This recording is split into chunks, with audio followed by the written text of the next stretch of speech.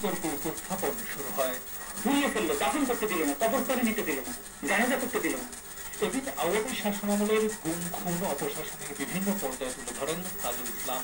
জানান কিভাবে ফ্যাসিস্ট দানবে পরিণত হয়েছিল আওয়ামী লীগ, যার ধারাবাহিকতায় ক্ষমতায় টিকে থাকতে শেখ হাসিনার নির্দেশে সংগঠিত হয়েছিল জুলাই গণহত্যা।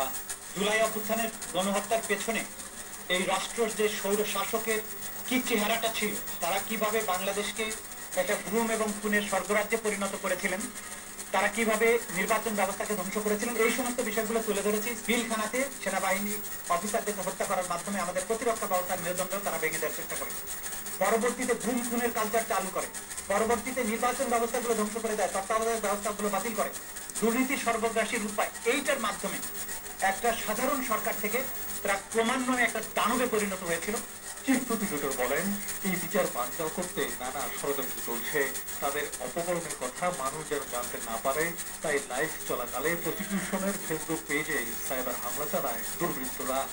এভিডেন্স গুলো কতটা অকাট্য সেটা তারা বুঝতে দিতে চায় না, কিন্তু আমরা শেষ পর্যন্ত এটা রিকভার করতে পেরেছি। আমাদের মেসেজ হচ্ছে, অপরাধ করে যেমন পার পাওয়া যাবে না, অপরাধীকে রক্ষা করারও কোনো চেষ্টা কোনোদিন বাংলাদেশে সফল হবে না ইনশাআল্লাহ। জানান, গুমের মামলায় সেনা কর্মকর্তাদের বিরুদ্ধে গ্রেফতারি পরোয়ানার বিষয়েও মিডিয়াতে যেটা এসেছে সেটাকে আমরা আমলে নিচ্ছি না।